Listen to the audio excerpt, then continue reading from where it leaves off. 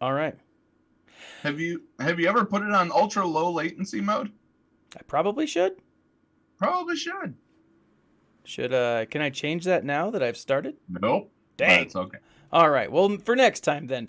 Welcome, ladies and gentlemen. This is Thaddeus from Going Nerdy, and I am joined, as always, with the crew of Talking Mando. And I flipped the screen, so I am now top left instead of Paul being top left. So, from clockwise, I've got Paul from the Escape Podcast. Welcome, Paul. Hello. I've got GeekGirl from 1980, who's welcome.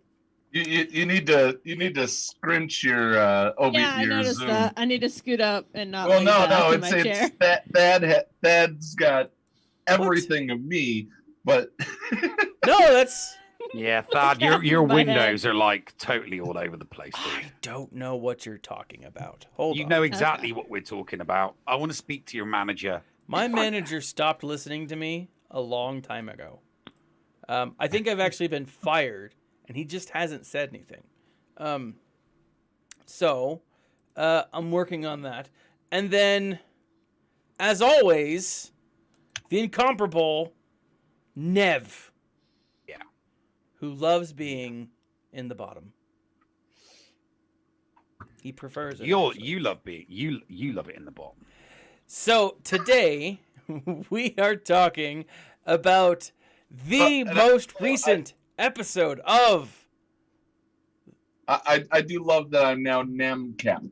Namcam, yes. We are talking about reversed. The Tragedy. This is this week's episode of the Baby Yoda Show. Yep. As some of you may know it, it's also called The Mandalorian, streaming on Disney Plus.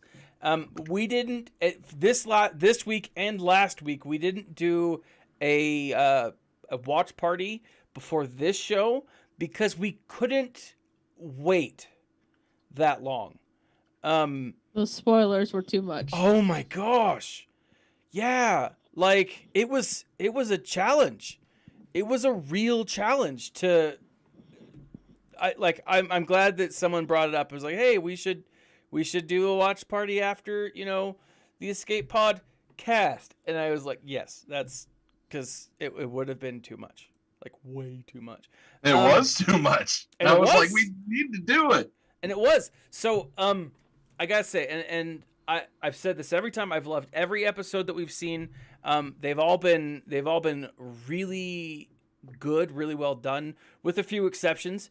But this season, I hadn't had any of those like, okay, this blows my mind kind of moments. There were some really cool moments, really exciting moments, but nothing like, okay, this is amazing. I gasped like 4 or 5 times while watching this. It was. I was on the edge of my seat like I was the second episode, but not because I was cringing. Yeah. Like, this just was everything. When I saw the runtime, I thought for sure this was going to be a stinker, and I was mistaken.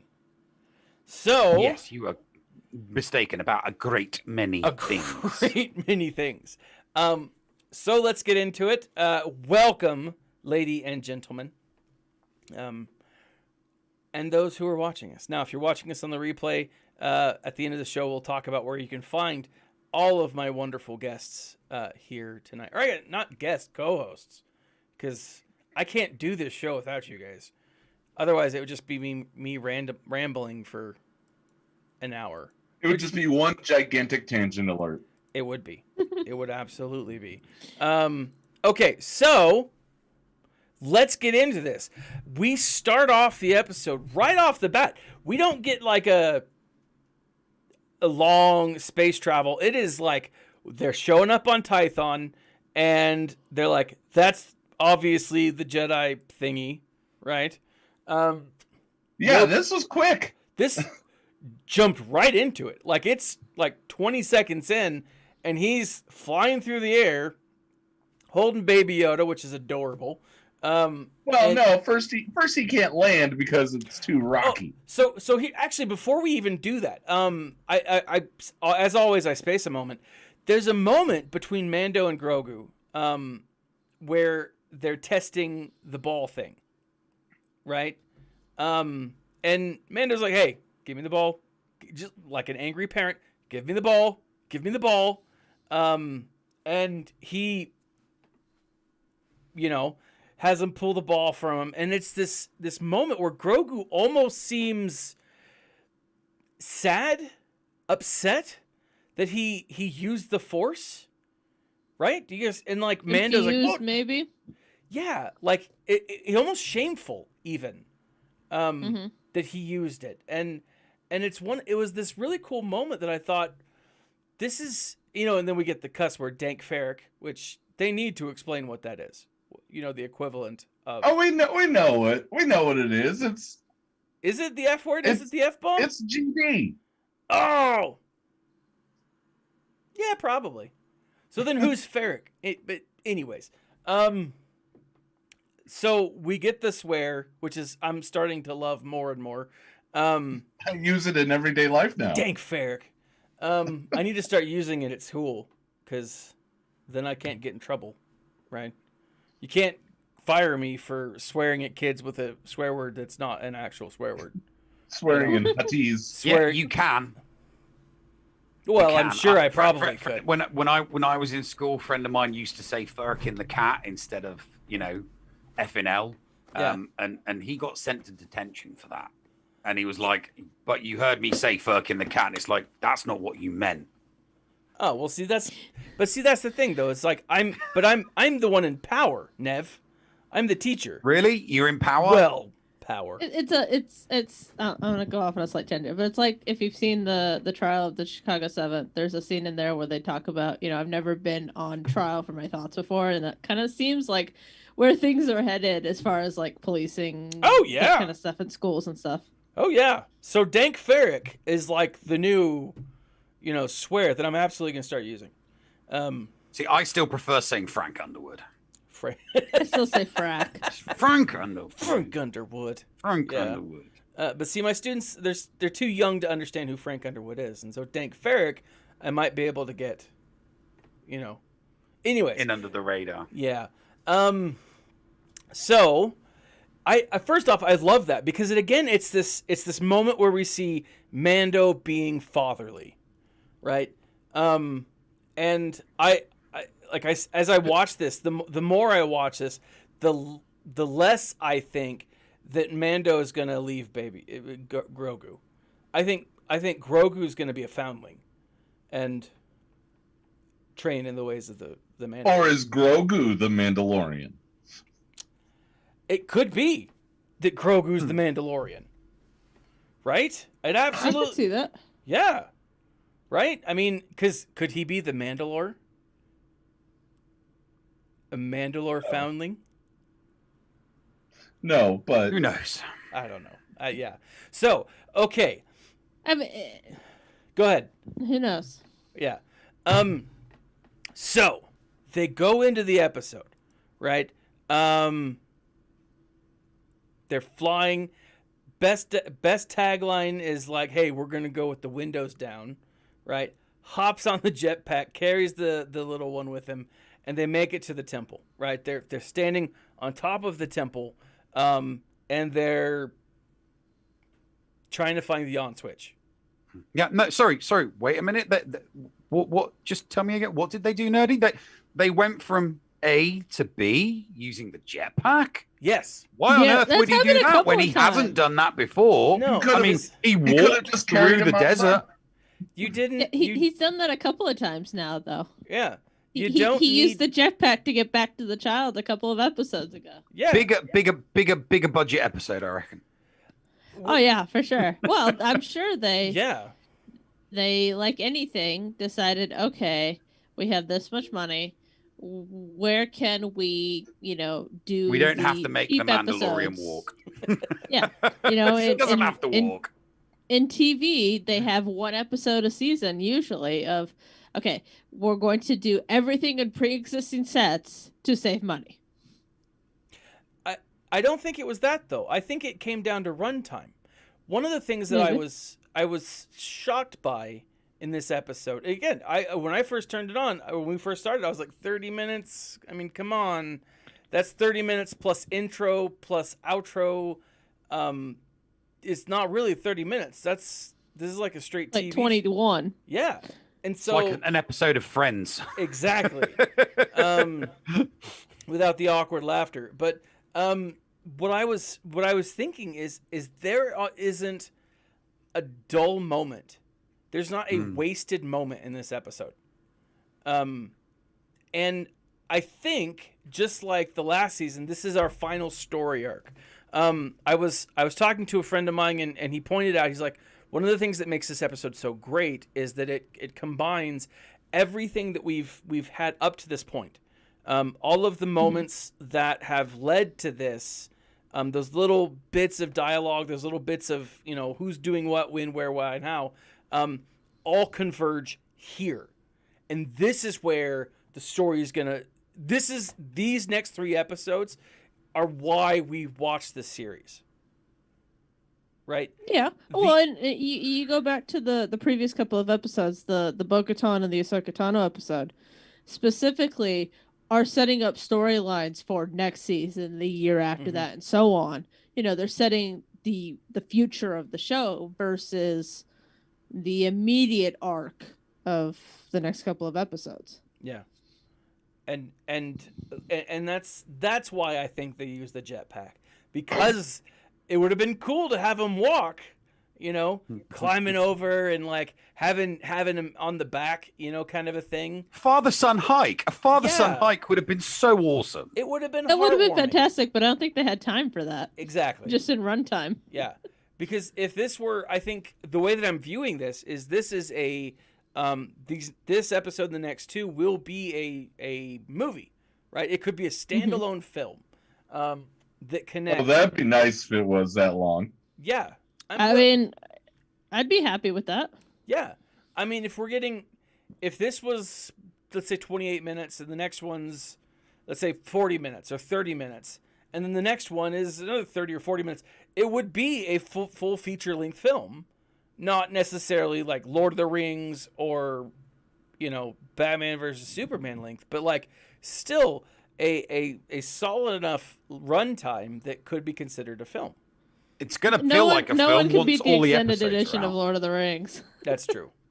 I don't know. Zack Snyder's the Zack Snyder cut, I think, will give it them a run for the money. Maybe. We'll I see. don't know. I don't I'm know. saving up to buy the 4K restored version of Lord of the Rings. I'm so excited. Oh, that sounds worth it. And my wife and daughter are watching it, and I'm a little jealous because my youngest I can't watch with them because she's 5, and I feel like orcs would scar her for life. Oh yeah, a little early. yeah. Books. You might be okay on. Yeah, like The Hobbit is totally kosher, right? But, anyways, so yeah, runtime. I feel like this could fit within a feature-length film, but we get on the temple, right? And he's like, okay, does this look Jedi, right? Does this feel like a Jedi thing to you? I don't know what I'm doing here, right? And don't forget the little blue butterflies floating around. Yes, the little blue butterflies that are not native to Tython, apparently. Yeah. So he puts them on the temple, the seer stone, and he's like, "All right, go, do your thing," and he just sits there for a few seconds and Come on, baby, do the magic. do the magic, The magic hand hand thing. Well, not the We hand. haven't thing. had that line yet, and it makes me sad. But we like he's going. I'm curious. I didn't see online if there was a translation, but there is script written along the circumference, written along the outside of the seer stone. And I haven't seen anyone translate it, but I haven't looked super hard for it. So I'm curious to know what that's going to say. Everything in these episodes have something, right? Everything has a point. and we'll talk about that here in a moment. But as they are doing their thing, you hear a ship come in, and who shows up?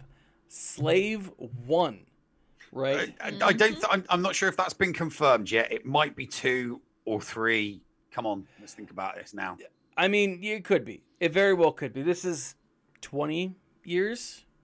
No. Yeah. Is it 20 years? I'm just saying that it might not necessarily be slave. I mean, it's definitely slave. I'm just saying it might not necessarily be slave 1. It could be slave 2 or slave 3. True. Or even 4. And with him theoretically being in the Starlight Pact and then somehow getting out, who knows what happened to that ship in the meantime? The Jawas probably scrapped it. Yeah. I mean, honestly, probably if they took Mando's ship apart in like a day, Slave 1 would have like, you know. Yeah, you've got to think back to, you know, Jabba's sail barge was destroyed, so you know Jabba never went back. Nobody went back to Jabba's palace, so whoever was left at Jabba's palace, whoever didn't go to the Sarlacc pit, that's going to be, you know, the minions and the underlings that weren't in Jabba's good graces, that weren't allowed on the sail barge. So they'd have started breaking things up and splitting things down and selling things off, and the Jawas would have jumped in there as well. Yeah, there's actually one of the asides in Aftermath talks about what happens to Jabba's palace after his death, and introduces Cobb Vanth a little more. I think it's the second one. I think it's Life Debt that does that. But talks about in the extended universe, the monks took it back. Oh, did they? All right. In one of the extended universe stories, the monks took the monastery back. Oh, that's cool. That's cool. And I think what's going to be cool about that is, if you, I don't know, like we saw in the Ahsoka episode, you saw the palace or whatever that the what's her face was in, the magistrate.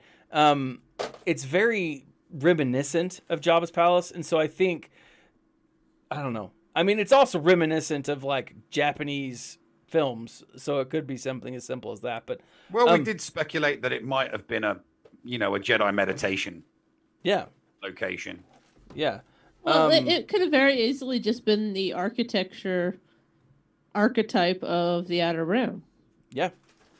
Right? Something easy and cheap to do, and they decided to do it more often, right?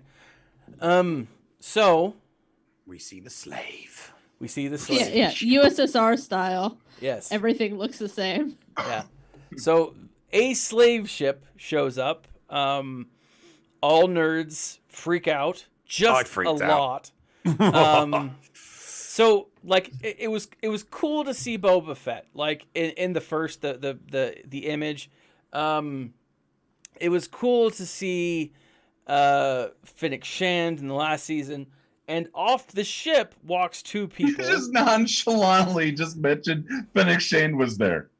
Well, yeah, because we're about to get to that part, right? And so, like, he walks off the ship, like Boba walks off. We don't see what he's wearing, right? Or we don't, well, not that it matters what he's wearing because it's Boba Fett. But, like, we don't see him necessarily. We just see the thermal image of him. And, you know, Mando's like, all right, I'm going to go take care of this. I'll be back, right? He does, at this time, this is the first attempt he actually tries to remove Baby Yoda, right? Or Grogu? Yes, if I remember correctly. Like, yeah, see, he gets bounced off. Yeah. And so the Force is channeling at this point through Grogu into the unknown regions. We have no idea where he's calling out to. But it's being sent out to somebody. We'll see who receives the call, but Din, he goes on a walk.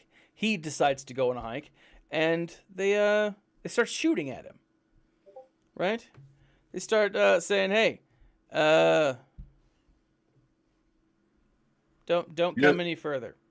Yeah, you have something I want. Yeah.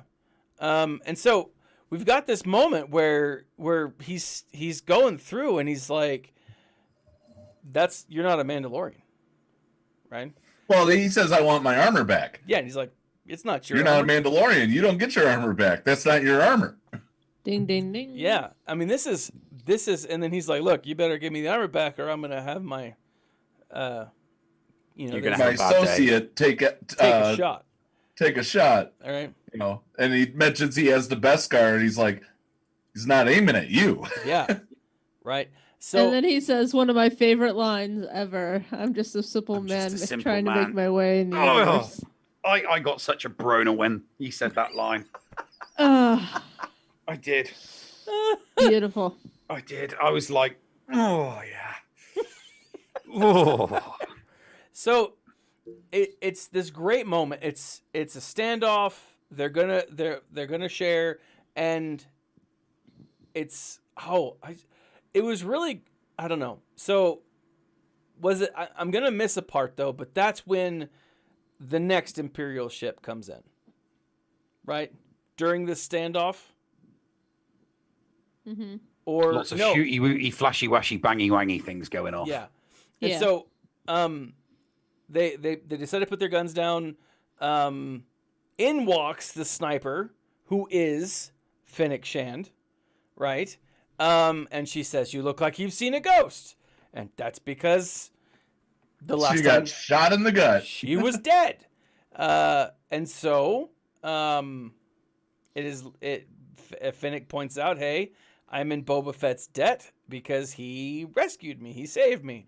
And here, where both of you, I was like, no, it's not. It's Moff Gideon, or it's the big bad guy. I think we knew the name Moff Gideon at that point, so I thought that it was Moff Gideon walking up to Fennec Shand and seeing it. But both you and Neil called that was Boba Fett. Yeah. Because we're awesome. We had our tinfoil hats on, remember? We absolutely back when we had stylish tinfoil hats. I realized I found mine. It's just out in the hallway, right here. I'd have to remake Please, mine. God. I'll have to get it in a second. Because Neil's is not an actual tinfoil hat. It's a hat covered in tinfoil. It's still a tinfoil hat. Yeah. Mine's a tinfoil chef's cap. Just because I like food so much. But as they're discussing this, they're discussing who the armor belongs to, and Mando's like, "Nah, I'm not going to do it." And, Boba's like, "Look, I will protect the child until you find a Jedi, till you get it, I'll make sure he's safe, right? Just give me my freaking armor back." Then the Imperial ship comes in, and that's when the Imperials start to die. Right? Horribly. Like, Quickly. They're like coming off the ship and just getting gunned down, Not just gunned though. Not just gunned. As soon as they got within melee distance of Boba. Oh yeah. So yes, absolutely. Gunned down by Fennec Shand and Boba when he's at a distance. But the moment they get into a range of Boba Fett, oh my gosh, devastation reigns with the gaffy stick. Yeah, dude knows how to handle a gaffy stick. Oh my gosh. Which makes me wonder if it's the Tuskens, because at this point and throughout the episode, we still don't know how he survived the Sarlacc. Did the Tuskens save him? That's a possibility. I mean, because he's got a Tusken sniper rifle, or it looks like it, right? Or did he just take out one of the Tuskens and they just left him alone? Which is also very plausible. They're like, okay, he's killed half a tribe, so we're gonna let him go, and not just like the men, but the women and the younglings too. The question is like, how did he get off this? Right? How did he get off the planet? What happened to the ship? How did he get out of the Sarlacc? There's still a ton of unknown answers, right? But what he did with the gaffy stick was like, wow. It was savage. I mean, The I hate amount using that of word. force that he had to be using with that to shatter those helmets in that way, there's no way you can completely like candy pane glass it like they traditionally do in films. Mm-hmm. Like it's at a large amount of force that you have to shatter plastic like that. Yeah. And like it was awesome. Like that was like that this fight scene. And again, like this story, like this episode is mostly this fight scene, right? Yeah. It's attack, return, you know, it's like attack, return fire, return fire, attack. It is very much the majority of it is like right here, right? And it is so awesome that it just keeps being awesome. Like it's one of those things that it just doesn't stop the epicness of it all. Mm-hmm. You know, it was just epic from one to the other to the Yeah. other. You know, kicking some butt, making that face, and it's like, oh yeah. And then he just does that thing, doesn't he? He looks at the Razor Crest. Oh, that look. He goes and gets. Oh. He just looks at the Razor Crest, and we were watching this, and I was like, put it on. Go grab Put it. it on. Go get it. Put it on. Oh my gosh. You know, that was just epic. That was It's a so beautiful moment. like that shot. Like I was watching it again this afternoon, and like what he does is he's got the gaffy stick and he drops it into the sand, right? And he's walking with it, and like the shot is from the bottom of the gaffy stick, looking up and seeing the guy in the distance, and it's just a woof. And then you get the face of Boba Fett, this grizzled, war-torn, vomited out, battle-hardened man who's just trying to make a living in the galaxy, looking over at what is rightfully his. And then we get a quick shot of Fennec Shand and Mando. You know, Fennec takes out a repeating blaster with a friggin' boulder. That Which was is fun. so awesome. I mean, I get that you're a stormtrooper. I get that you have a job to do. But if you're shooting a boulder and it's not breaking, get out of its way. I mean, I wanted them to have the Indiana Jones theme. With I that was boulder I so sang badly. it during the watch party. oh my gosh. Like, just move away from the boulder. Like, if it's going to like destroy you, jump out of the way. I mean, that thing crushed the dude. Run DMVini says that Boba's going to teach Mando to fight with the staff. Oh, I hope so. To fight with that spear. Mm-hmm. I think Mando more than Bo-Katan will be the one to get him out of the kind of cultish version of Mandalorian religion that he's in. You mean Boba will? You said Mando. Yeah. Yeah. Boba will get Mando out of that. There we go. Yeah. And I think you're right, Geek Girl. I think you're dead right. I think we're not done with the cult side of it. This is the way. This is the way. But I have spoken. Yeah. But there's definitely a lot more to it. So, battle scene ends for now. And they another ship comes down. They're about to start blowing up. They're about to start fighting again. And then as they are attacking Fennec and Mando, and they're doing their job, man. Fennec is just dominating. Mando is taking hit after hit after hit in the chest. Which someone asked me today, they're like, are the stormtroopers as terrible shots as they used to be? No, they were hitting him center mast. You know, they were hitting his armor. Like, if it's not that they were missing, you know, like that's one of the things that I loved about this is they were actually hitting, you know, Mando. But the thing is, his armor does what it's supposed to do, protect him, and their armor doesn't. Exactly. Well, I mean, it's mass production. You know, the Empire doesn't need, good armor. Cheap parts, all made in China. Yeah, it's all made in the Kuat drive system, right? The Kuat drive. Sorry, what? I don't know. It's not. No, that's not the line from Armageddon. It's made in Taiwan, isn't it? Yeah. Yeah. The line from Armageddon. It's all junk made in Taiwan. So then, again, if you hadn't nerdgasmed up to this point, I was nerdgasming all over the place at that point. Then It was Rexolate in real life. yeah, then in flies Django, Boba. Same difference. Big difference. Boba still has a head.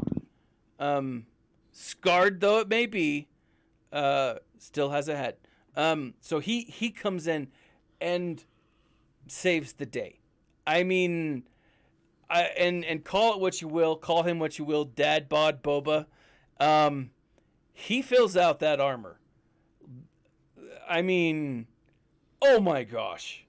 Just a powerful, and I didn't know that he had that many weapons in his armor, right? The fight scene between Boba and everyone else, now that he's donned the now he's got his groove back. Yeah. Oh my gosh. This was so cool. Like, he's shooting shotgun blasts from his arm, from his knee. He's doing everything. Like, this is it was so cool. When people talked about Boba Fett before, like, I was like, all right, it's Boba Fett. He's cool, whatever. This is the Boba Fett that I imagine people had in mind when they fell in love with Boba Fett. Right? It was this guy.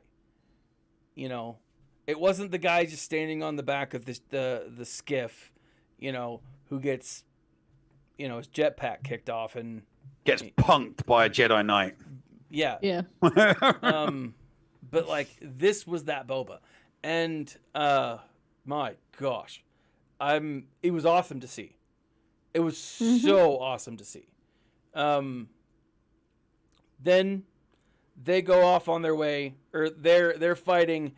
The stormtroopers decide to flee, right? They get in their ships. Boba takes out 2 birds with 1 stone and blows up both ships. That was awesome. Yeah, but it was by accident, and he hit the wrong ship. He was aiming at the other one, so it was happenstance. It was just a lucky shot. But I gotta say though, it was cool to hear that. Mm-hmm. Like, one of the only jokes in the episode, and like, it shows like, hey, look, I'm not the spring chicken I used to be. My aim is a little off. I hit the wrong ship, but I ended up taking out both ships. I do believe Mando does still have his jetpack. So Run DMV asks, does the man have a jetpack? He did.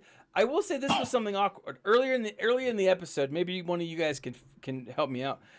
Boba asks specifically not for Mando to put his gun down, but to take the jetpack off. Yeah, so he doesn't flee.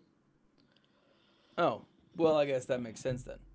But I mean, he wouldn't have been able to outrun a blaster shot. No, he would have. He could have fired the jetpack and taken the high ground. I guess that's true.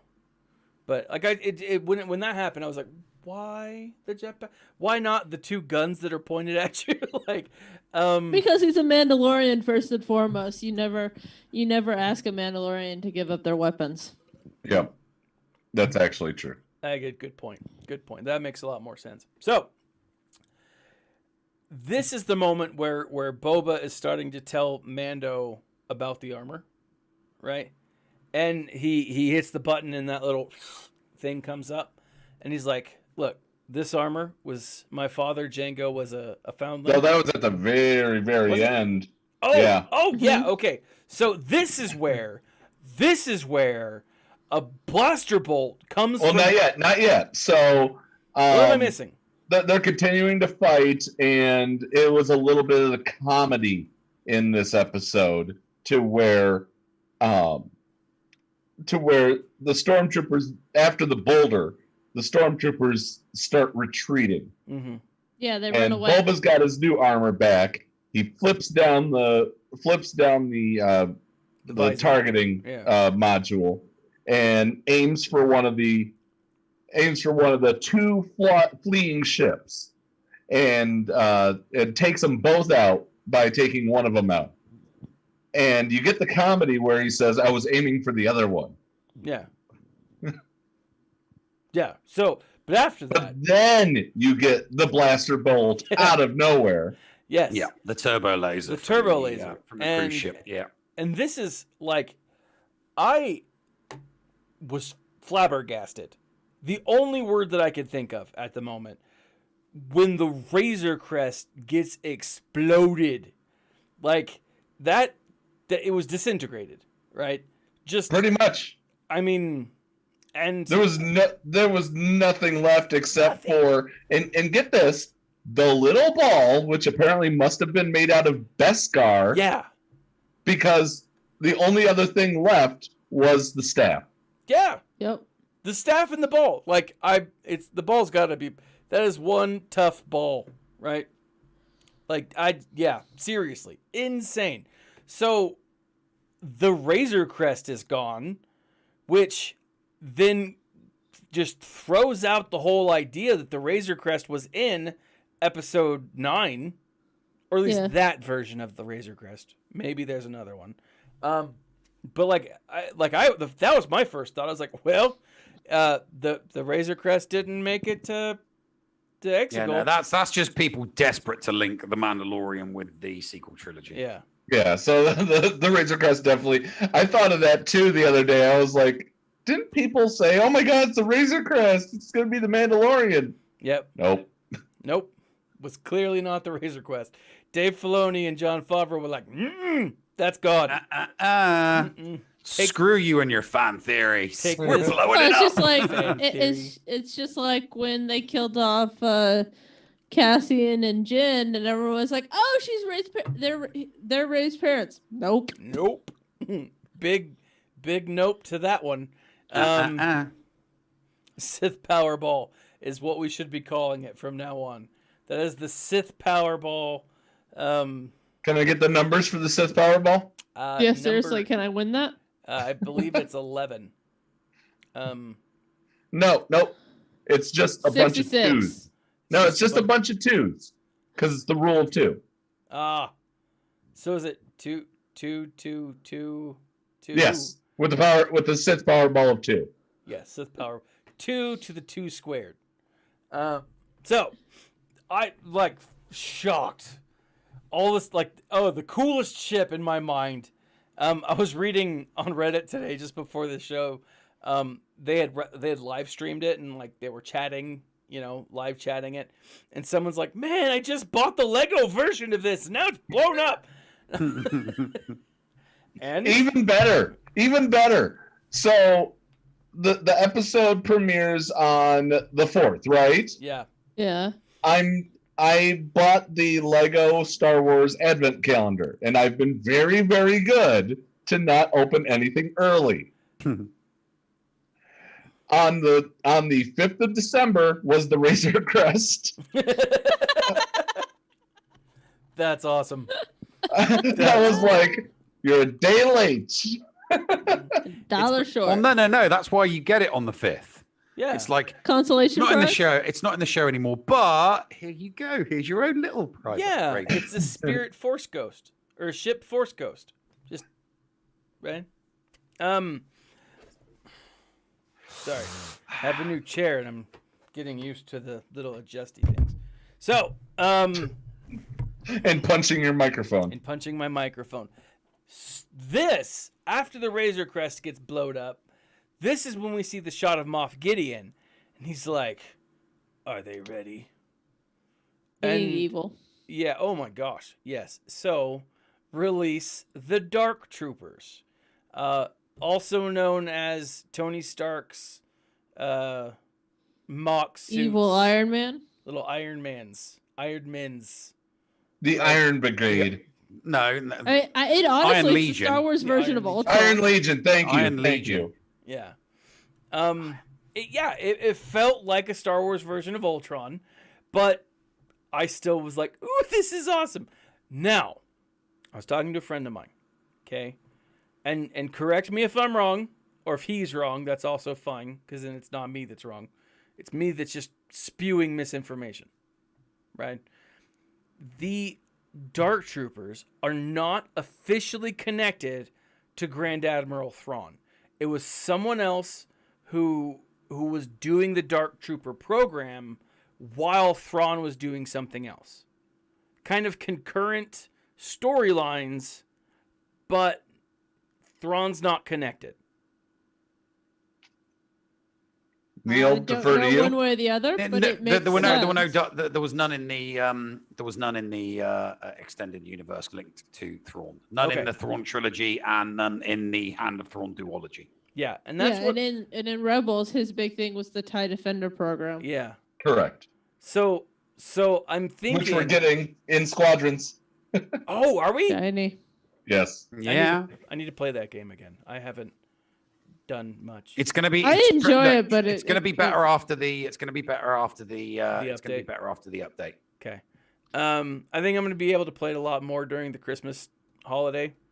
As a teacher, I get like 3 weeks off. What? I've got to also prepare for classes and stuff. But anyways, Lucky you. I know. I get 4 days off for Christmas. I know. I get to educate the youth of America, and I will say the only indoctrinating I'm doing is indoctrinating into Star Wars fandom. Mm-hmm. I tell them they won't get an A, or not they won't get an A. I tell them that I won't fail them if they don't like Star Wars, but if they want to get on my good side, they better get some Star Wars knowledge quick. And most of them. Well, it's just like they did a study of kids who grew up reading the Harry Potter books, mm-hmm. and found that they were more open-minded, more willing to listen to other people's ideas. They were more willing to be tolerant of ideas that they didn't agree with, and all the things that kids should be. And they were also more susceptible to cutting their wrists. Oh. Well, that wasn't going. Well, there, no, but... it was practicing witchcraft. That's what they were. Yeah. More susceptible to. I mean, honestly, the dark arts. Harry Potter, for something being about magic, really. It had no witchcraft. Didn't not have a whole lot of it or teach a whole lot of it. No. Like there was more magic, arguably, in Lord of the Rings. Much more. And Wingardium Leviosa. Wingardium Leviosa. Yeah, I mean, it's just Latin versions Leviosa. of what you want. Avada Kedavra. Yeah. I will go Avada Kedavra all over you guys. I know. Fine, we'll get back to it. See, Neil. Bombardier is such a better spell because it takes less power and it does more damage. No, what's the one? Symptom Sepra? Scepter Symptorum? I know the one you're talking about. It's essentially what it cuts the septum.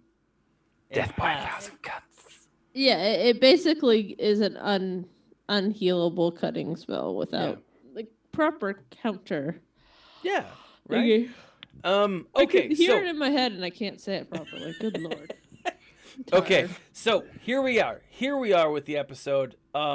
Which one? Harry Potter or Mando? Mando. Yeah. Oh, okay. Sorry, tangent. Mando. I don't have my tangent alert button ready.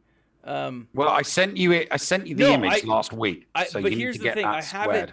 I have it. I just have to open it. See, if I click on stuff opens, but set up a hotkey doesn't take you 5 minutes. But then I have to learn how to set up a hotkey, Nev. Oh my god! This is like the exact conversation I had with Kate, all weekend.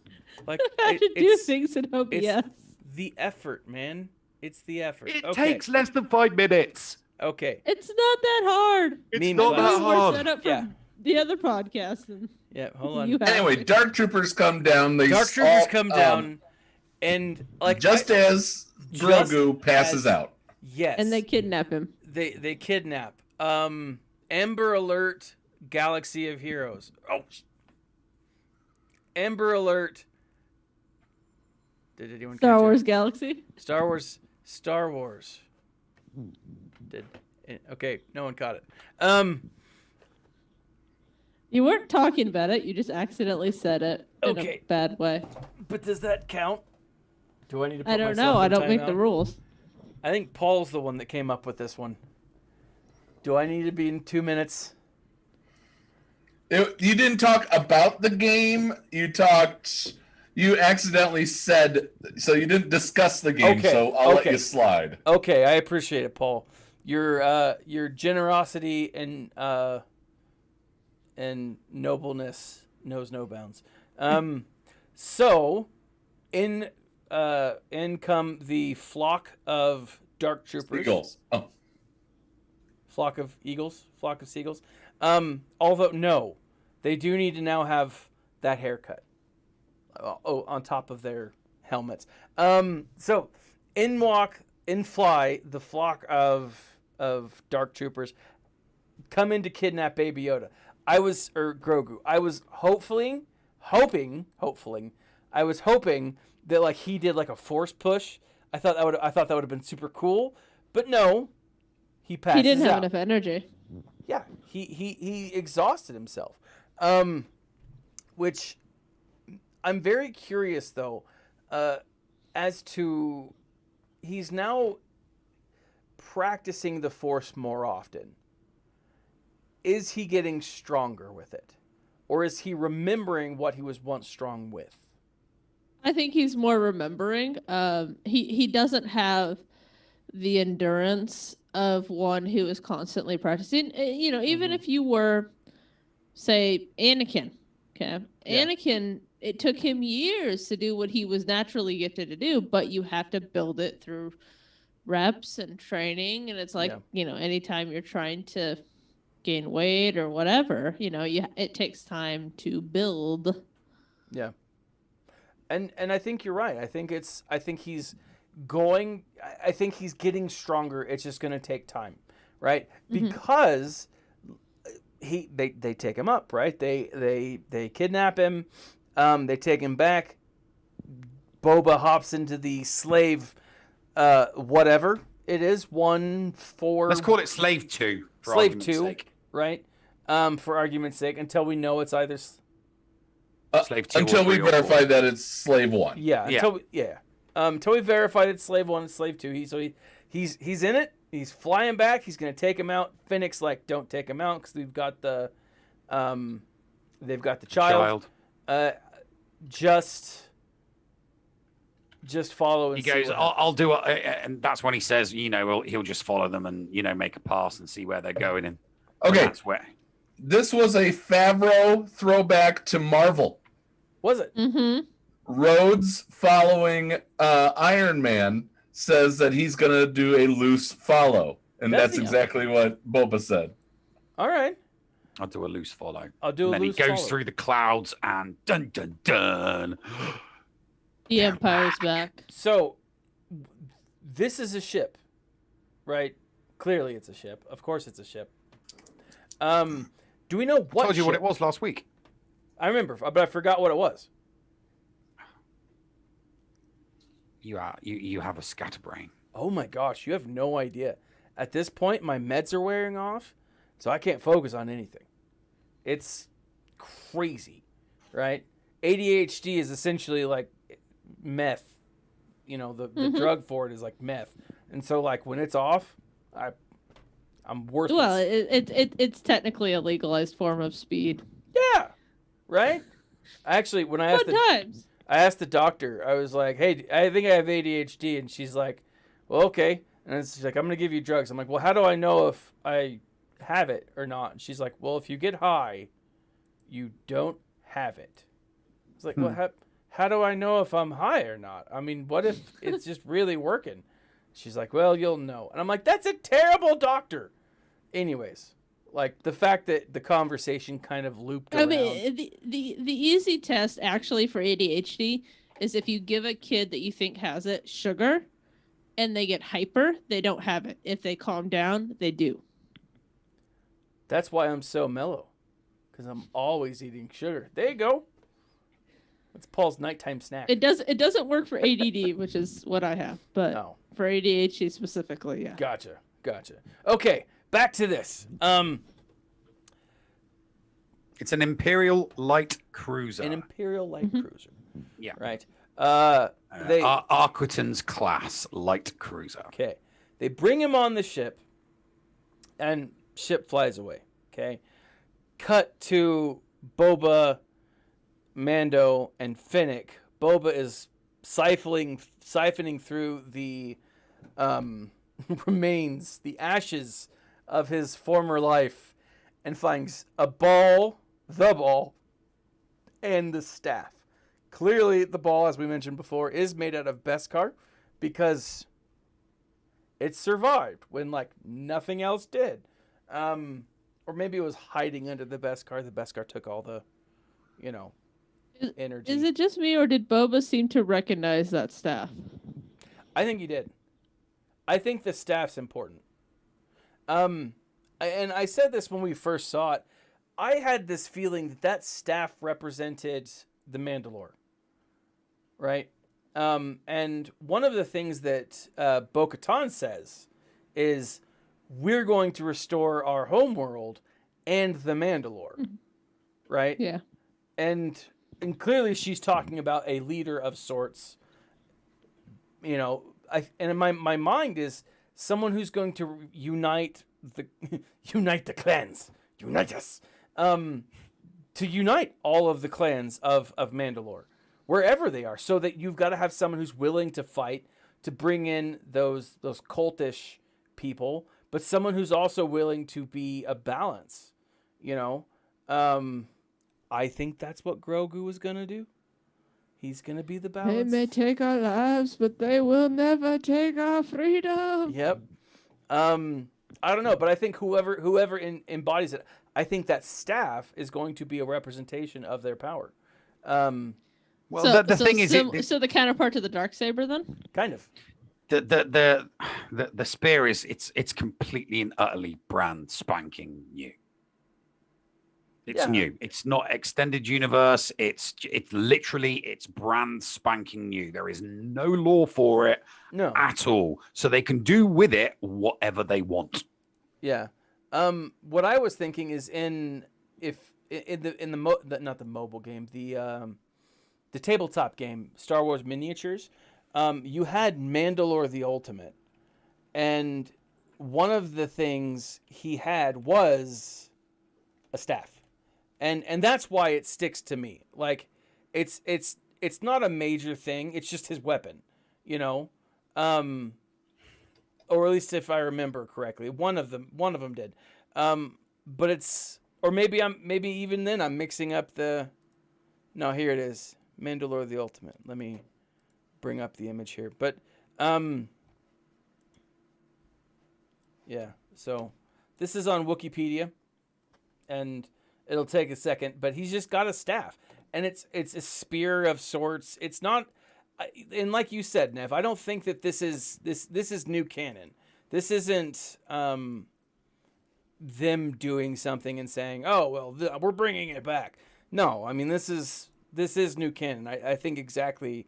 Run DMV says Mandalore the Great had a staff, and maybe that's who I was even showing too. So, but this is an image of Mandalore the Ultimate. But either way, it doesn't matter. What the point is, it's a symbol of power, right? Mm-hmm. And whoever has the staff will be the Mandalore, right? At least that's where I think they're going to be going with it. Maybe it's just a weapon that's going to counter the Darksaber, because clearly we saw it being used to fight off against lightsabers. So I don't know. What if go with me on this, because this is going to sound weird. What if it's similar to the staffs from Black Panther? Okay, elaborate. Where they can, control, they use it to control the thing in the river to get to the fight scene. Okay. I forget the name of them off the top of my head. Yeah. You know, they all have one, and they're of the King's High Guard. Yeah. You know, basically. So what if it's similar to that in that it's a, you know, like the trident for SEALs? What if it's a symbol of a Like an specific honorific unit? Yeah. Yeah. Okay. And it could be. Like but I think the point is that it's going to be used for something. This show has done a great job at creating a lore for a group of people that really hasn't been explored. It hasn't been explored in the new canon hardly at all. The old canon, I'm not entirely sure about. I know that the Mandalorian people had a lot of lore, but I think that's what they're doing. They're building that connection, and we all know that the Jedi and the Mandalorian fought each other. That was something from the old canon that has come back.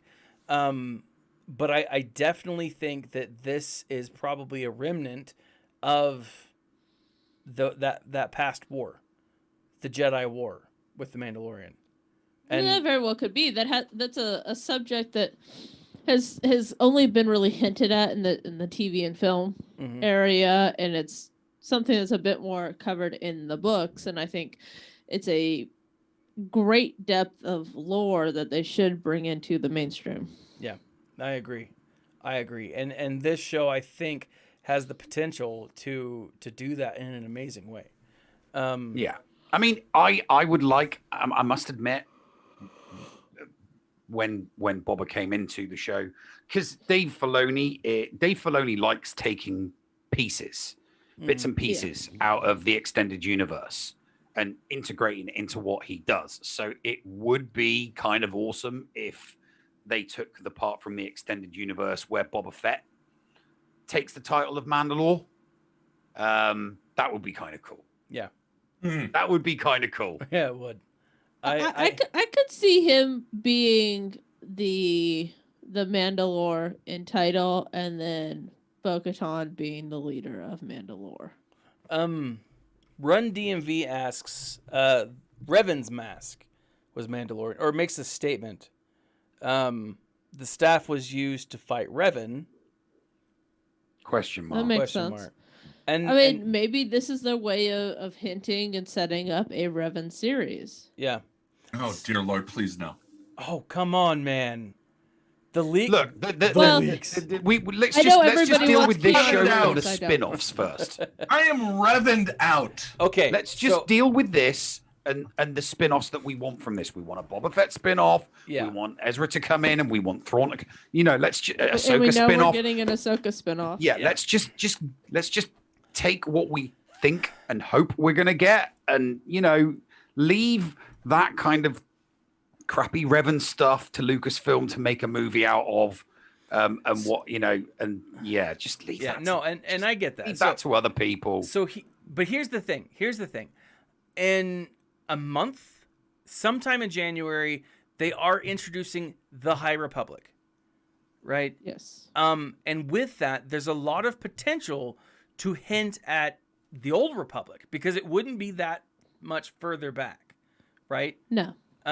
Correct. And so we could get a lot of lore from the Old Republic mixed into the High Republic, and I think what we'll see is the Mandalorian culture. Okay, and I want to clarify, I'm not Old Republic'd out, I'm Revaned out. People going Revan. Shush. Yeah, I'd rather have a Bane play just anything else. Heck, give me a Malik or Bastila Shawn and how she falls. Anything else? Okay. Yeah, give me the Shawns. Give me the trio. Yes. So let me just show off my belly here for a second while I adjust. When they went to Tython, one of the things that I was totally expecting was that we would see the Shawns. We would see reference to Satil Shan, Bastila Shan, something that connected to the Old Republic. SWTOR, Star Wars, the Old Republic mobile MMO starts the Jedi story on Tython. And it is, you know, it is an awesome story. The Jedi were one of the few that I actually played around with a lot. That and I was a bounty hunter because it was fun. A bounty hunter. I've been playing through as a Sith. A bounty hunter with an Ewok sidekick. I mean, come on. There's nothing better. Anyways, so there's a lot of lore. Unless you make Ewok jerky. The Ewoks make stormtrooper jerky. Hey, you can also have a Jawa sidekick as a bounty hunter. Can you now? Yes. Awesome. Utini! That would be awesome. But Tython was a huge thing. It was a great storyline. Even in Rebels, the Bindu talks about the Doga and the Ashla speaking specifically of Tython. And so this is an important place. And I don't think that this is the only time we're going to see it. Now, maybe in the Mandalorian, this is the only time we see it. Maybe we don't come back to Tython. But I think that we in Star Wars overall will see it again. I do know, and I haven't read it, but I do know that Dr. Aphra ends up on Tython for some reason. In the previous canon, in the previous run of it, yes, she brings Vader to meditate in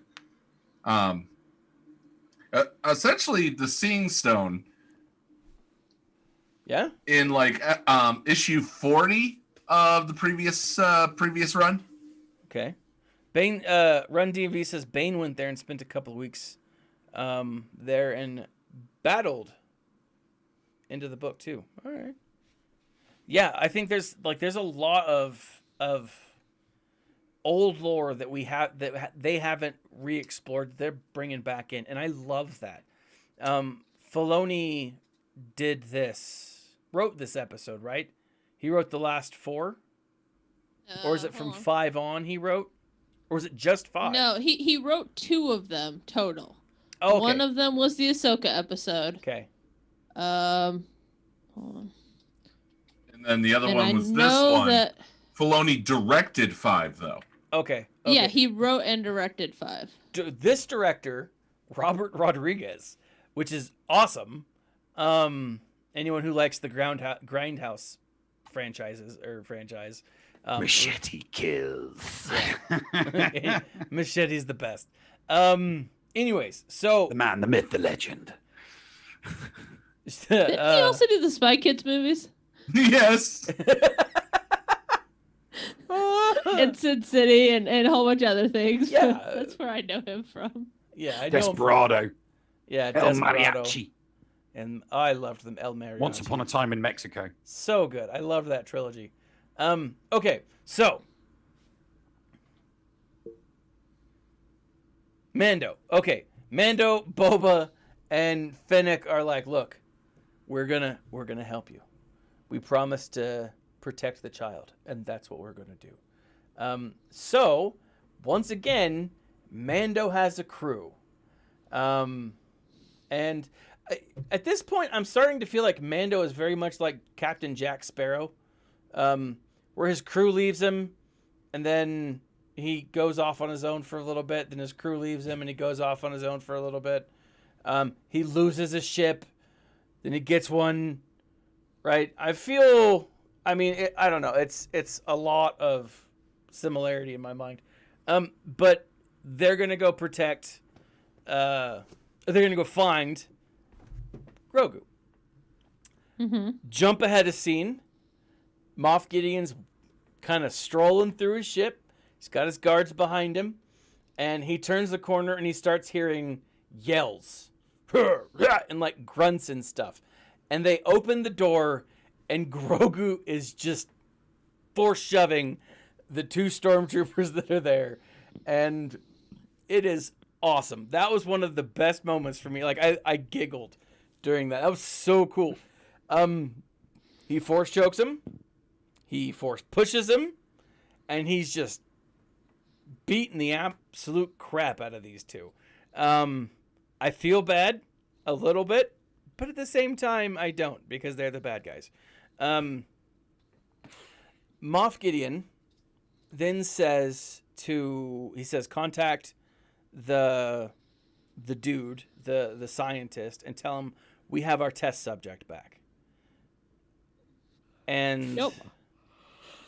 Right, I'm curious to see, because here's the thing: as much as I don't want to see Baby Yoda tortured, right? I don't. That would be weird on so many levels. To see him, Darth Grogu, yes, I really want to see the inside of what's going on with the experimentation. Well, I think we're going to get Darth Gideon out of this. You think? I think we get Darth Gideon. I think if they're not careful, we could get a Darth Baby Yoda too. Mm-hmm. Yeah. Maybe the rule of two: Darth Gideon with Darth Grogu as the apprentice. I like it. I still think Mandalorian training. Yeah, I still think that Gideon is not the main baddie of the show, and I'm also thinking that Thrawn is not going to be the main baddie of the show.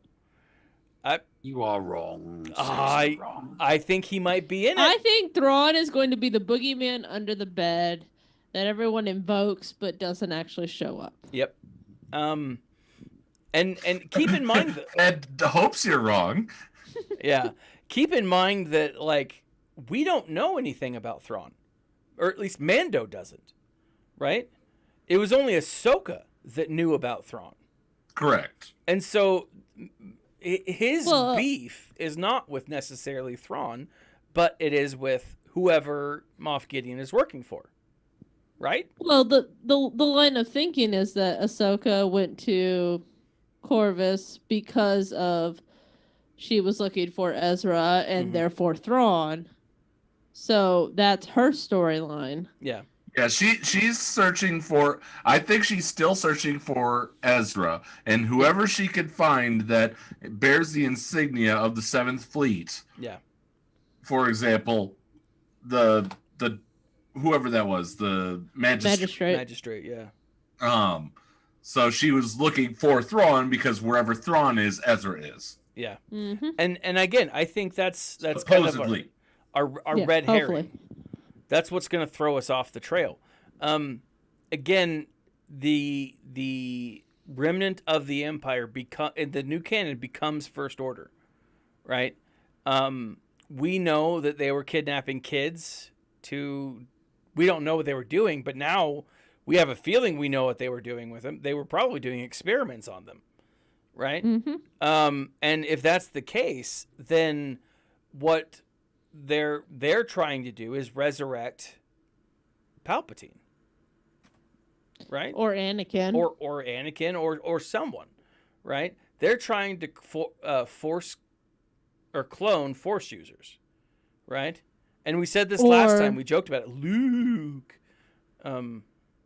But what were you gonna say, Geek Girl? Oh, or they're trying to make people Force sensitive. Yeah. There is a theory that, because the Force moves through everybody and everything, if you just, add a little bit of sensitivity, even non-Force wielders could be able to theoretically use and manipulate the Force. We don't know what the, midi-chlorian count requirements are to be a Jedi. Do they, like Harry Potter, have squibs? Do they have muggles? Do they have, and so on and so forth at the ranking till you get to Archmagus, which is basically what Anakin, Palpatine, and Yoda were. Yeah. So what that skill is, I don't know. Yeah. And like you said, I mean, can you inject midichlorians or more midichlorians? Kind of like a doping for cyclists, which would allow them to use the Force, but would it wear off? And we don't know. They'll get in trouble for using FEDs, force-enhancing drugs. Force-enhancing drugs, right? It very well could be like that. There was that Netflix movie that, you took a pill and for like 10 minutes or 5 minutes, it gave you whatever powers you wanted.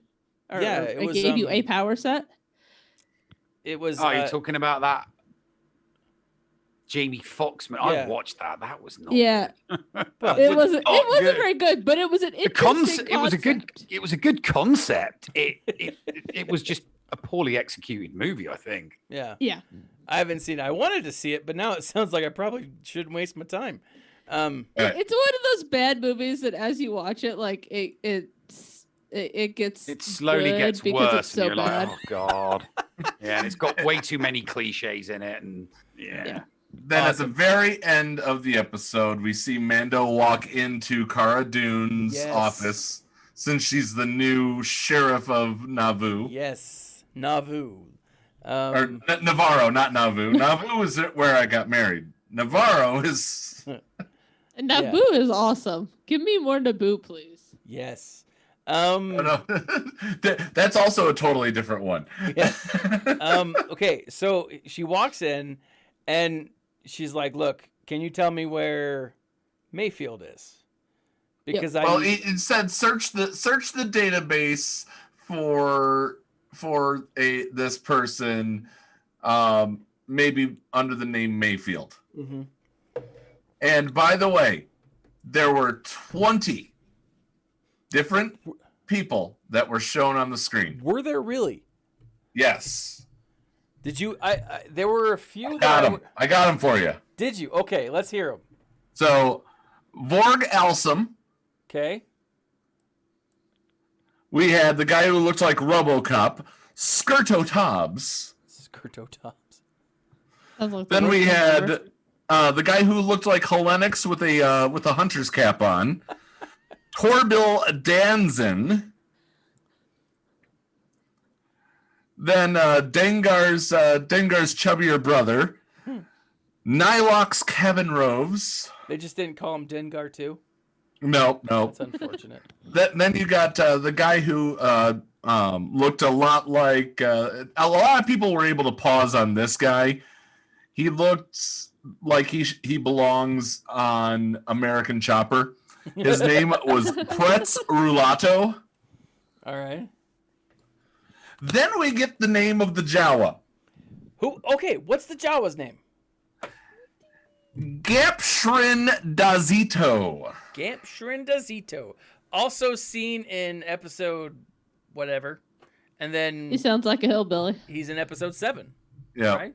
And speaking of hillbilly, the guy who has essentially the same, another guy who looks like he belongs on American Choppy, and this has to be a producer of the show because it almost says Brian. It's Biren Redben. Redben. Oh, Yep. so is that the one that kind of looks like Hershey? Yes. Yes, it is. Then we get a droid named Avrek Kapundi. Mudwello D. Then we get a Moncal by the name of Gosla Fular. Then, Neil, does this name ring a bell? A Night Brother by the name of Thien Cross. Not off the top of my head, no. No? Okay, because it sounded familiar to me. No, well, the Witches of Dathomir. There were lots of characters from Dathomir in the extended universe, but it was very female centric. It was because it's a matriarchal society. Yeah. Yeah. So He was a Zabrak male in a prison, in a New Republic prison. yeah. Gotcha. Then we get who I think is the squid face that was that essentially tried to get the Beskar from Mando. Yath and Didi. Yath and Didi. Yath and Didi. Yath and Didi. Yeah. Then somebody said there was a character from Dark Crystal in there, the goblin looking thing. Oh yeah. No. Not I didn't. No, not the Dark Crystal. It looked like the Goblin thing from the Twilight Zone, the Twilight Zone movie. That was the John Lithgow scene where he's on the plane. That was Sart Julos. Mm-hmm. It was not Pondo Baba. It was Unga Toba. Aww. I know. And then we had Sethro Dagri. And then another brother of Pondo, Borbin Todds. Why are you, Thad? Why are you going? Oh, that it's not Panda. It can't be. He was killed. But they don't know that it's the New Republic. It's democracy. How are they going to know that it's that Pondo is alive or dead? I have a theory that Bill Burr is going to be the middleman to meet up with Hondo to get the Mandalorian wherever he needs to go to get onto the light cruiser. But that's just wishful thinking. Oh, you see, I when we get to our theories, I will explain what I believe is going to happen.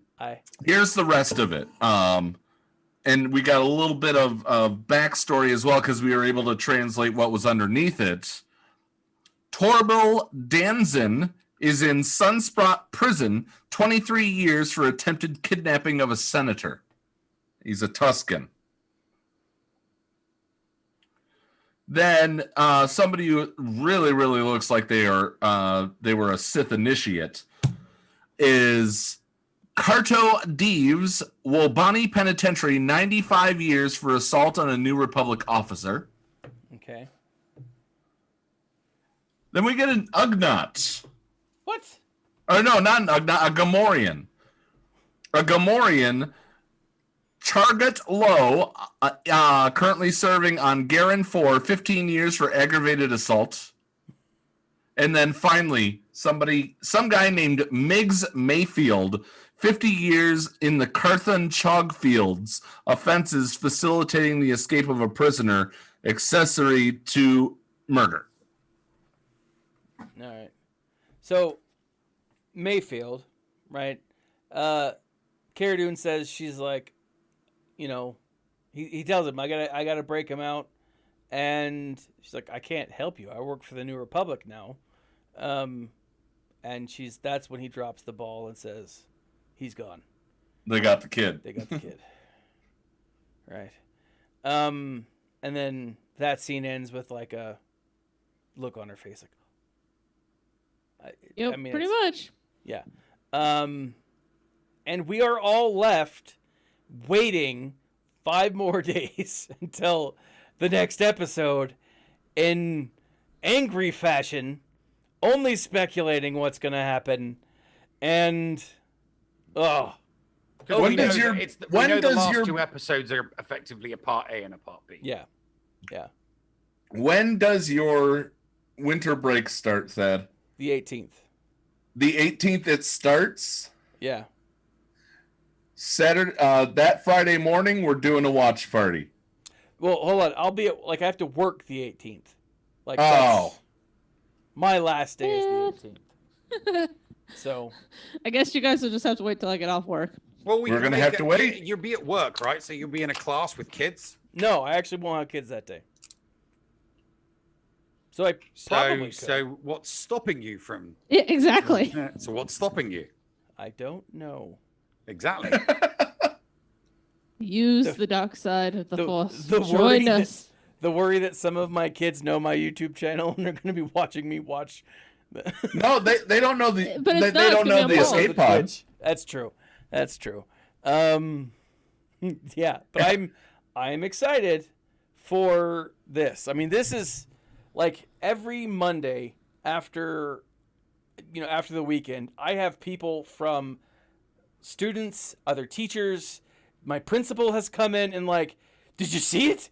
Did you see it? I'm like, yes, I did, and I'm so angry.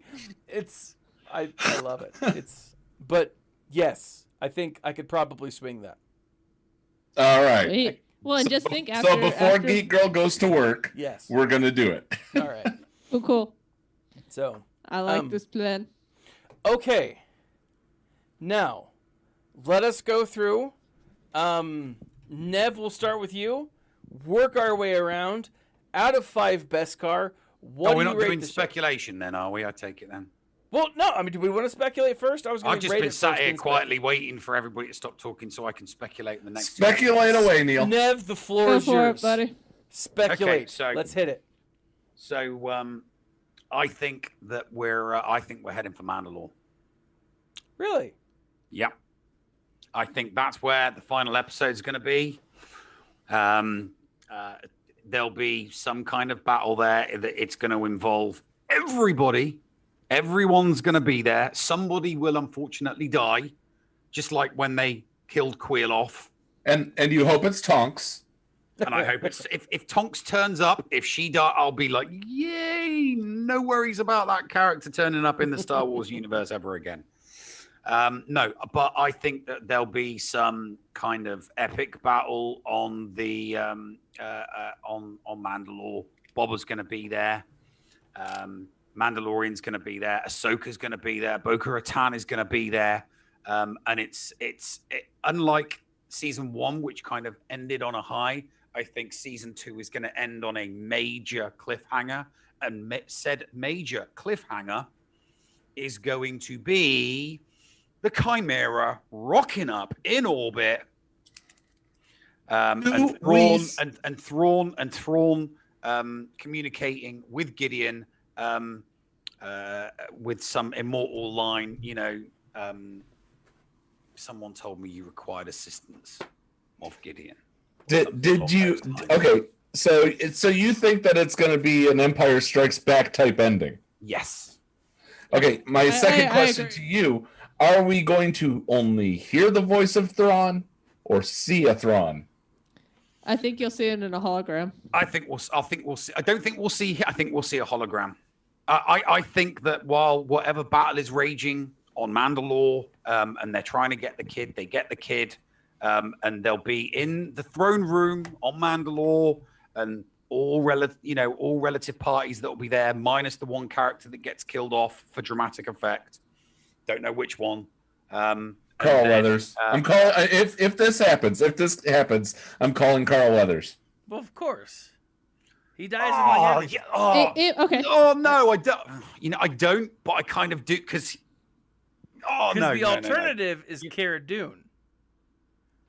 And that would piss off more people. But yeah, so we're in the throne room. No, it would make a lot more people happy. They've got Grogu back. Moff Gideon's there, and some wry smile will come on his face, and he'll say, "You think you've won? My intention was never to beat you. It was simply to keep you here until my superiors arrived." And everybody will be like, "What do you mean?"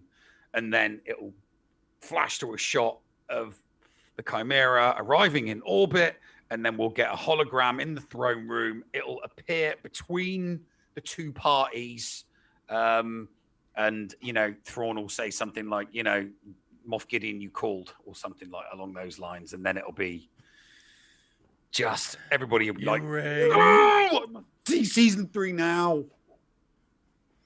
I could Cliffhanger. see that. I can Cliffhanger of all cliffhangers, and then everybody will be like, screw all other Star Wars fan fiction. This is the greatest fan fiction of ever. George Lucas, eat your heart out. Because if they were to do something like that, I would genuinely, I'd be like, George, the fan fiction's better than some of your stuff, George. Oh, okay. So if that happens, you're going to admit new canon is starting to get better.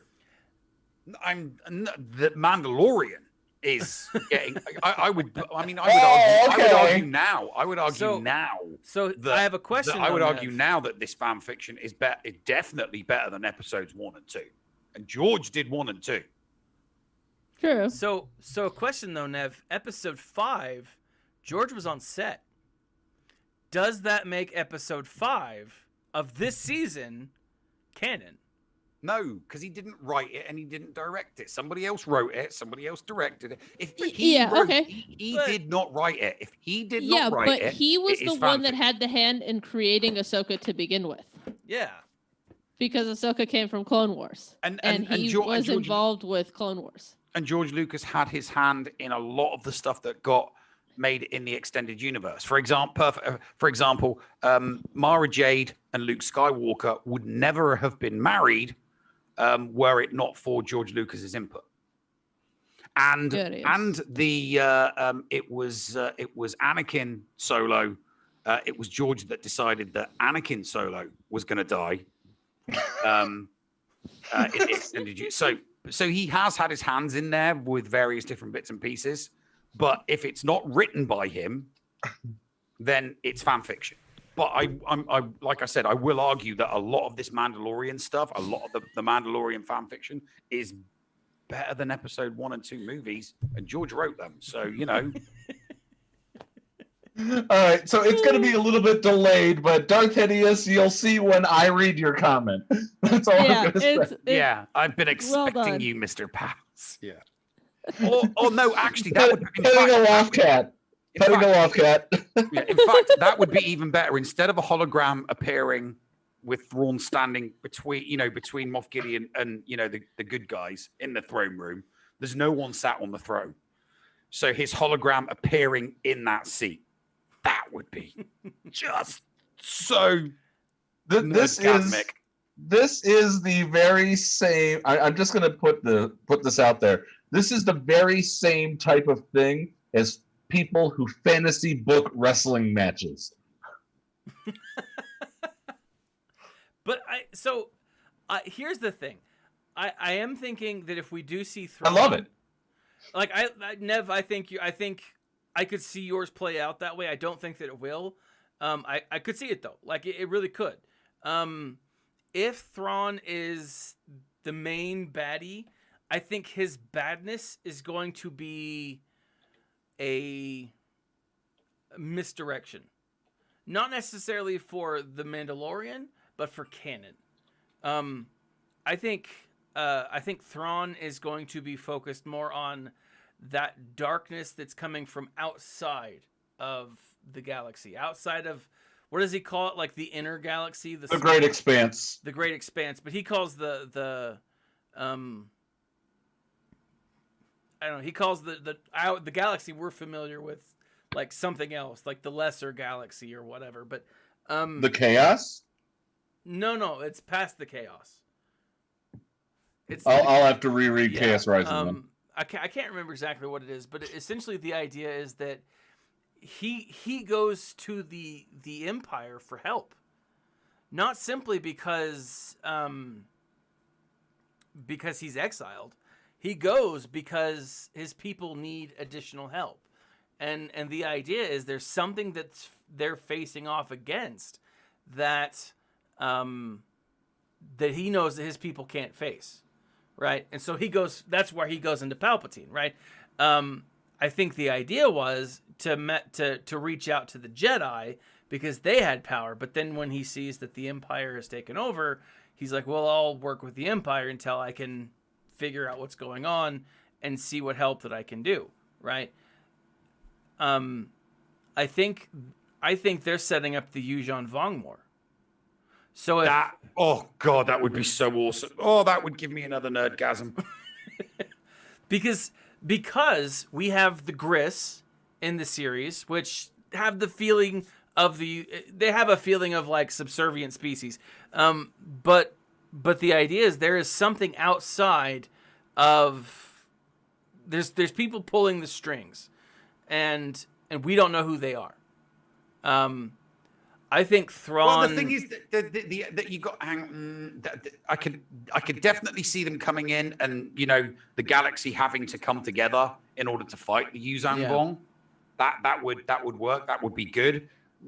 But there's kind of an exception to that rule, which would screw things up, especially within the theme of The Mandalorian, in that the Yuuzhan Vong didn't say to Mandalorians they did not do to Mandalore and the Mandalorians what they did to the rest of the galaxy, because they saw the Mandalorians as potential allies because they're a warrior class. And that's what the Yuuzhan Vong are. So rather than getting destroyed, the Mandalorians actually fought on the side of the Yuuzhan Vong. Mandalore saw what the Yuuzhan Vong were doing to the galaxy, and it's like, you know, what would you rather do? Serve in hell? Yeah. Or so yeah. Or was that the purge? Or was that part of the purge that got Gideon the Darksaber? Yeah, we don't know. And that's where I think that they're setting up. So if we do see Thrawn, I think that his introduction is just going to be misdirection. And at the end of the series, the end of whatever, it'll be told there's something greater than myself that's a greater threat. You know, and that will be the Yuuzhan Vong. Geek Girl, what do you think's going to happen? I kind of agree with Neil that we're going to head back to Mandalore and we're going to see Bo-Katan pop back up with her band of misfits. I do have a thought that because they're heading back to Mandalore, that Darth Maul might pop out of hiding. Just because why not? Everybody else has popped up that I never expected. Maul's already dead by this point. Yeah. Maul's dead. Of course he is. But a mention of Maul, a flashback of Maul, I could see totally if they head back to Mandalore. And especially if they're in the throne room, I could see kind of an homage to Maul even. It would make sense in many levels, and they are nothing if not nostalgists and Easter eggers. Yeah. So we'll see. But yeah, I can definitely see where they have Game of Thrones set stuff up that's going to run for multiple seasons, and that they are going to, thank you, Run DMV, that they are going to, just Easter egg the heck out of this last couple of episodes in order to kind of hit the ground running next season. And, maybe they will shift the focus eventually, especially if you get, the title of the Mandalorian that has to be earned. Will Boba Fett be taking over? Will it be centered around, Bo-Katan and the running of the planet of Mandalore? Who knows? I think you're right there with reference that it's just who's gonna get the. It will depend on who gets the Darksaber from Moff Gideon. Yeah. If Bo-Katan gets the Darksaber from Moff Gideon, then she will rule Mandalore. But if Boba beats him and gets it, then it'd be him, wouldn't it? Just to add to your theory, like. Yeah, but that's assuming that she doesn't retire to Florida. Yeah, I can't. She's not the type. And there is a third option in which that Sabine Wren comes out of nowhere and takes it back. Yeah. Never trust a Druish princess. Yeah. I mean, hey, Sabine and Ezra next episode. Yeah. Oh, and you so think so? We're gonna get Mr. Krabs, Tonks, Bill Burr, and whoever that other guy was. Yeah, so it'll be interesting. I hope at some point Honda will show up, but I'm not holding my breath. Yeah. I think it's more likely that we will get the other cast of the mains of Rebels before we get him. I mean, heck, if Sabine shows up, she could bring along Hera and what's the kid's name? Well, play the story mode of Squadrons. Chopper, Jason. I need to finish the story mode of Squadrons. Play the story mode of Squadrons. I can't finish it. The VR is too much for my motions, or the movement is too much for my motion sickness. Then run DMVini, capture all the story parts of Squadrons. Thank you. So real quick, one thing we are missing. I'll throw my speculation out here real quick as well. I think that we get action-packed, but nothing going to Mandalore. I don't think we're going to Mandalore. I think it's all going to take place on a ship, and that's where a reinforcement will happen from a specific Chiss friend. If they show up, if that even happens. Now, that being said, we did skip over the part where Boba showed Mandalore, showed Din Djarin, the chain code embedded in the armor, showed that Jango was a foundling, therefore putting the fact that Jango was true Mandalorian, and so is Boba. Yep. Yeah. To answer Darth Hideous real quick, it's not confirmed that he didn't say that it did take place before the epilogue of Rebels. He said that it could have. He didn't say one way or the other. He just said that it could have taken place. He didn't confirm it. So well, and the way that they've set things up, unless Ezra doesn't show up at some point or Sabine doesn't show up, it feels like they're leaning towards that happening relatively quickly after, because Jason looked maybe 6, maybe 7, yeah. And that was before A New Hope. So theoretically that puts it, 3-4 years, maybe a year or two before the start of The Mandalorian. So it is theoretically possible. Yeah. And assuming that he is Force sensitive and a little bit older at this point, maybe he's the one that shows up with his father guiding him. For all we know, Ezra's just going to rock up with him as master and apprentice. Yeah. And it'll be like, when did this all happen? It's like, oh well, we'll give you the backstory. Don't worry, but it's already happened. Hence why Ahsoka is just looking for Thrawn and not looking for Ezra. Yeah, I mean that's very possible. And then Ezra rocks up with his apprentice to answer the call of Grogu, and it's like, well, I've already got an apprentice, but I'll make an exception because Yeah. And we also don't know how long in between seasons 1 and 2, as far as kind of how long it took him to, how long was he at the little cult. And then, before they went on to finding Ahsoka, basically. Yeah. Yeah. There's a lot of potential. Was quickly after, but it could have been a year or more. Yeah. Lots of awesome speculation. Oh yeah. That's the best part. But we didn't exactly hear Thad's speculation. Was there anything you wanted to add? No, Paul, I'm with you. I don't think that we're necessarily going to Mandalore. I think wherever we end up, we're going to be on a ship. We're going to be on the only thing is that Bill Burr's in the fields of somewhere. So he's going to a planet. But will he make it off the planet? And where will all of that take place? And so there's a lot of potential for. I think what they're going to do is they're going to get the crew, right? Maybe they'll bring 1 or 2 others. I don't think Carl Weathers will necessarily show up, but I think Cara Dune might. I don't know if she'll fight with them, but it'll definitely be, Boba, Fennec, and Boba Mace reunion. Okay. It's not a planet that's in Wikipedia at all. Yeah. So it's a new place. He's on Carthon in the Chog Fields. The Chog Fields. So we don't know what those are. So he's not even still in the prison. No.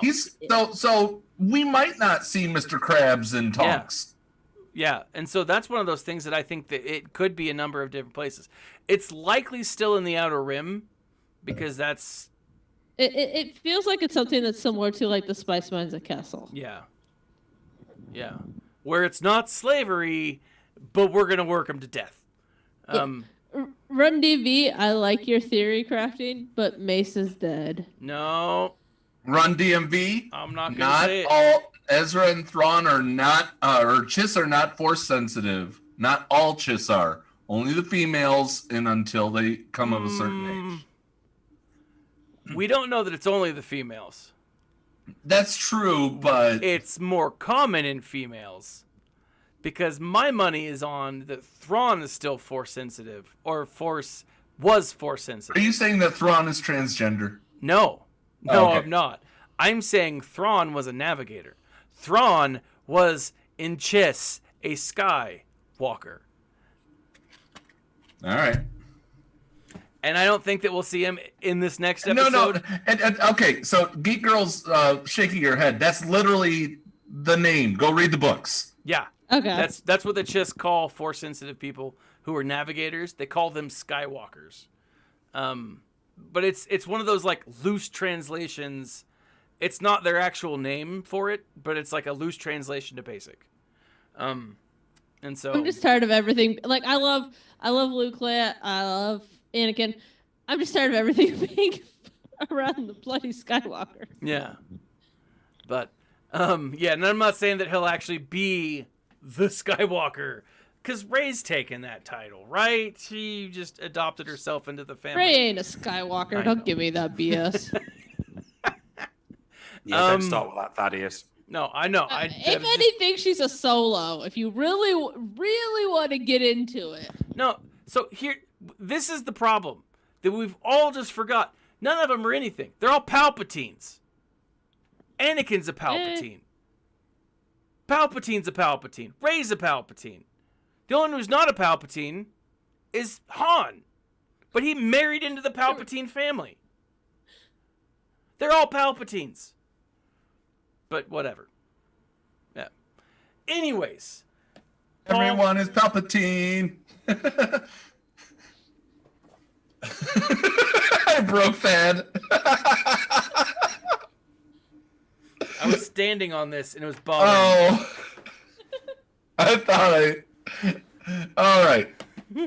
For me.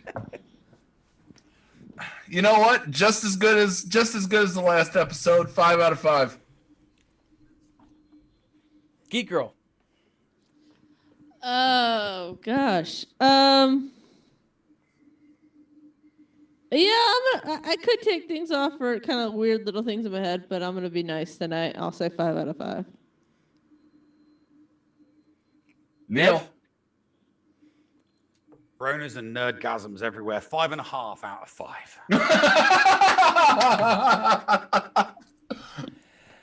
I'm right there with you, Nev. I'm gonna give it a 5, just because that's our scale.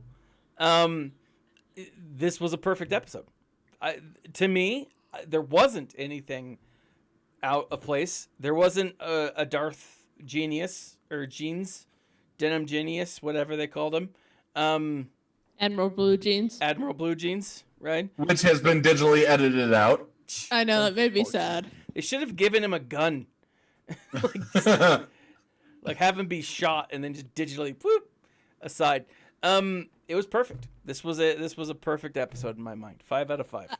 I will say I am genuinely surprised at how short it was and how much they packed into it, and yet there wasn't any pacing issues. Yeah. Well, because it was so short, there was no pacing issues. Yeah. Well, yeah, but even still, like, it never felt rushed. You know, it flowed. Like, this was whoever, I think it was Favreau who wrote this, is probably one of the best from just a story structure perspective. One of the best he's ever written. Yeah. Not even content-wise, just in how he structured everything. Yep. Agreed. So, Paul? We're hopefully getting back to things as they are. We'll see what the work schedule looks like, and that will probably dictate the future of that. I know that this is the part where we can mention other things. We have a mode in the game coming up next week that we do look forward to. Should be able to jump in on a little bit of that action alongside my hetero life partner, who is about to tell you what is coming up that he's working on.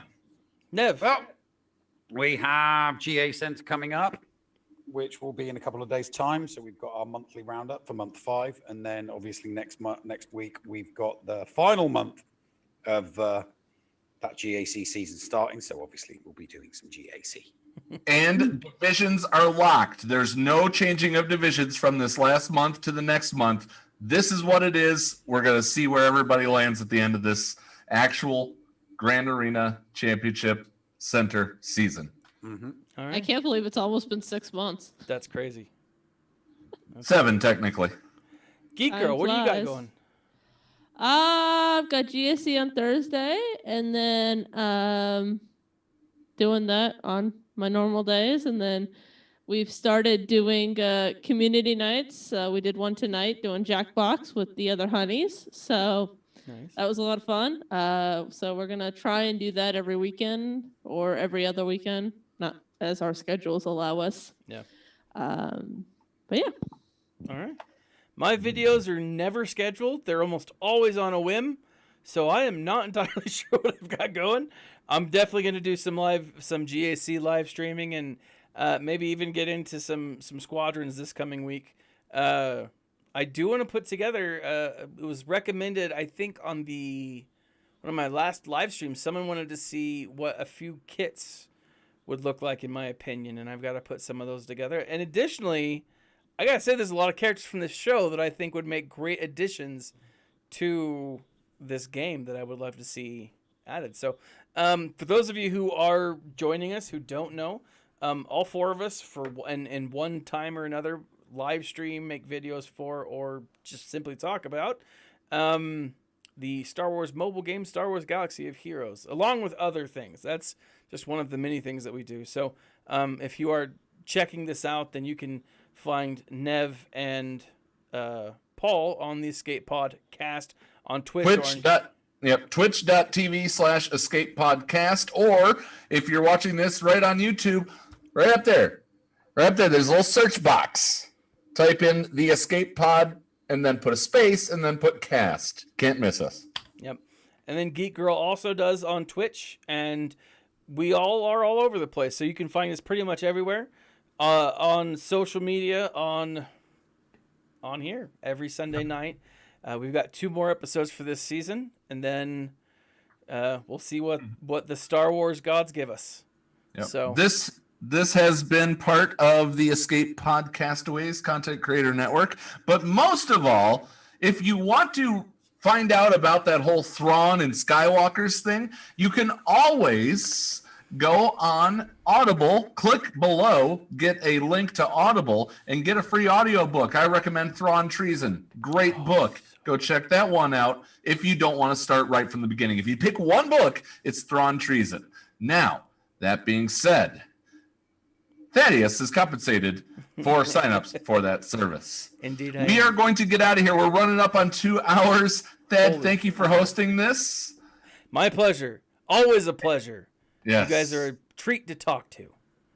Geek Girl, thanks for showing up. Neil, we're tied at the hip usually. Mm-hmm. All right, guys. Be nice to each other. Wear a mask.